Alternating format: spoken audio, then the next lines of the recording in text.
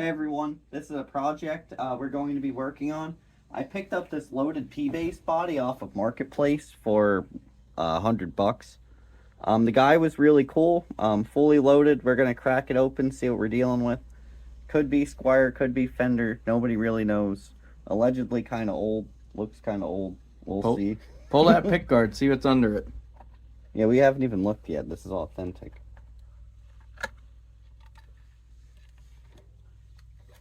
I mean, okay, pretty clean. Everything's clean hard on to it. tell. So I've been like, I don't know. Looks like a P-base. Can I see the back of the pick guard? Yeah. Where the wiring's at.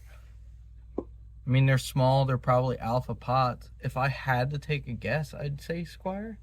Just based on the pots, but there's no branding anywhere. So. No. And I pulled one of the pickups off at home the other day, and it doesn't say anything on it. And then this neck I got up at Music Go Round for like $20 a while back. We were up there with a buddy. And yeah, this is going to be an awesome build. Really good neck. We're excited to see how it's going to turn out. How about the tuners? Oh, can't forget the tuners. We got these Geiger tuners that are really cool. We'll show you guys more and closer up once we have them on. But yeah, those seem sick. It's going to be a really cool build. Hey everyone, quick update on the P-base build. We got all our parts laid out here. Got some Geiger vintage style tuners. Funny enough, we needed them to fit these holes. We didn't think that the modern tuners would be smaller, but it's like a hot dog in a hallway in there, so had to go with the bigger tuners. Got a high mast bridge. We're going to upgrade that. Ooh, drop that while we're at it. And these are all from Geiger. If they want to work with us, that'd be awesome. You know, we've bought a bunch of parts from them so far. Very impressed. Base parts, I bought the locking tuners for the PRS. Hell, Mike at Black Diamond even bought a set of tuners just to see what they were like. Oh yeah, and if it's good enough for Mike, it's good enough for us. Oh, and keep in mind, we're both relatively inexperienced. We're not Mike working on this, so we're going to do our best. We're going to try to capture as much of it as we can up there, but it should be a pretty cool build when we're done. So, follow along. All right, Anthony here from the A&B Guitar Show. We're going to be working on Brett's Partscaster bass here. So what I'm doing is I'm taking a very small hammer and I'm taping over the head of the hammer so that we don't damage any of these push-in or hammer-in style vintage bushings that we have. So as you can see, I have one kind of queued up, and we're just going to very carefully hammer the bushing into the headstock, just like that. And then what we'll do is the tuner comes through the bushing, and boom, we got tuners. So repeat that 4 times. Alrighty, new tuner bushings have been installed in the neck. So now what we can do is we'll take one of the tuners through the bushing, flip it over, and as we can see here, we have to do some alignment and drill some new holes in the back of this all parts replacement neck for a P-base. So what I need to do next, I'm going to mask off the back of the headstock so I can mark a straight line. We're going to set all the tuners to that same straight line, and we'll check back in. Okay, so I got my tape laid out. I have my tuner about where I want it. So now what I'm going to do, and this might not be the perfect way to do it, but this is how I do it. Gonna mark where I want those 2 screw holes to be. And we'll take the tuner out. Gonna drill those 2 little tiny pilot holes here. And my good old snap-on drill out. Use this thing for nice, quick, small guitar work. I'm going to use a 1/16 inch bit in this thing just to get a small pilot hole started. So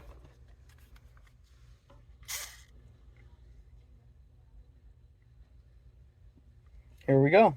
No turning back now, right, Brett? Yep.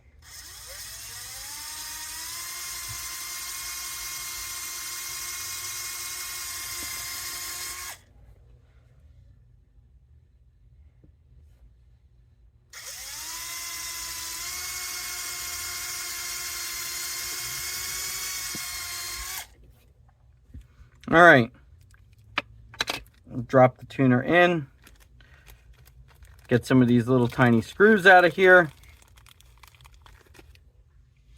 Get my little tiny cobalt screwdriver that I've had for God knows how long. Probably the best little jeweler's screwdriver I've ever had was this tiny little cobalt one.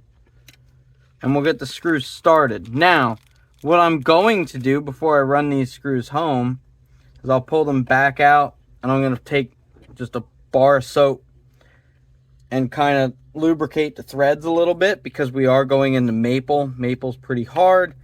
Maple's pretty hard to work with. But as you can see, we have one of the tuners mounted, and everything is nice and straight as far as following this. There we go. That little tiny straight line at the base of the tuner following the headstock.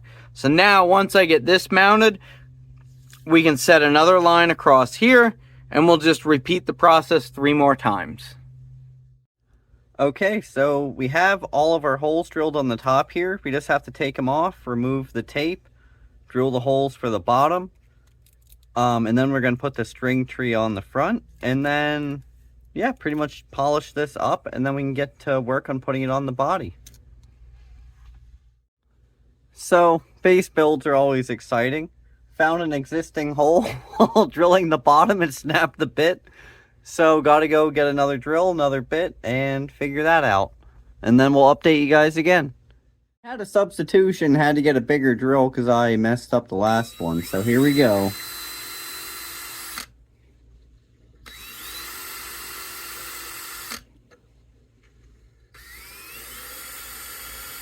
Ow! Oh, no, I didn't. It's fine. We're good. Got the tuners and string tree installed. So the neck should pretty much be done. Anthony said he always likes to start with the neck because it gives you a feeling like you did something. So now we're going to get it set on the body, and that should be video part 2. Alright, we are placing the neck on the body.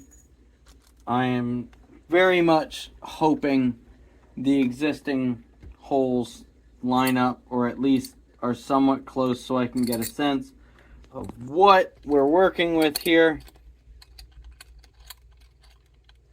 We'll see. I've got a 1-degree neck shim under the neck, because judging by the saddles and how the saddles were set up on this base, it's going to need some help. So you know what, let's actually, if we're smart, we're going to pop the neck back off.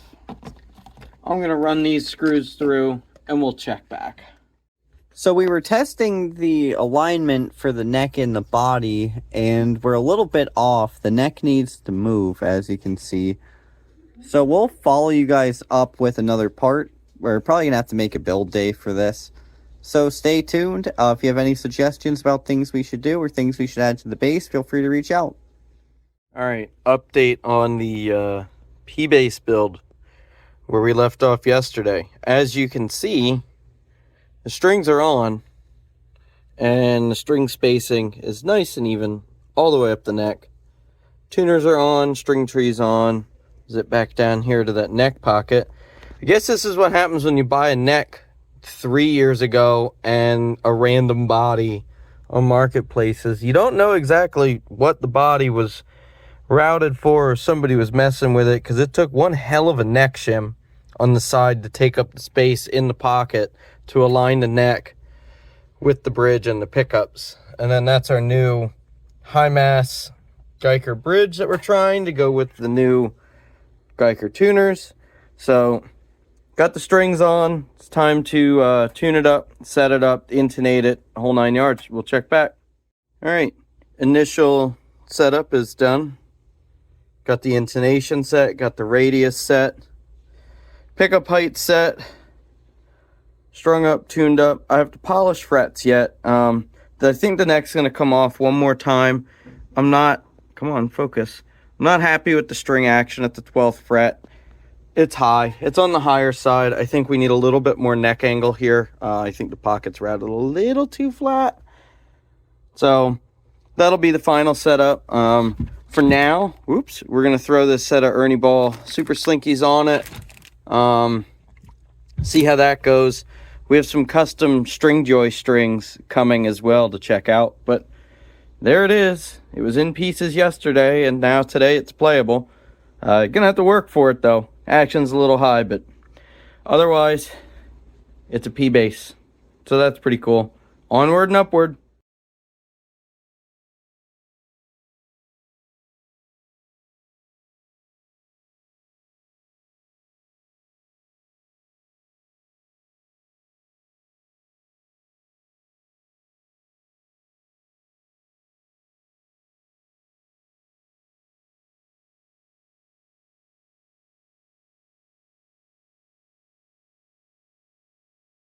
All right, and the Partscaster P bass is done. So after I got it set up with the old strings that were on it, pulled it back apart, made some final adjustments, tweaked the truss rod a little bit because it's an old school heel adjust, which is really annoying. But nice dark rosewood fretboard, polished all the frets, strung with Ernie Ball 45 to 100s, high mass bridge set and intonated. Action on this guy is really nice. We're sitting about 1 3/4 mil across the board, so super easy to play. And there it is. The Partscaster P bass is done. Pretty neat.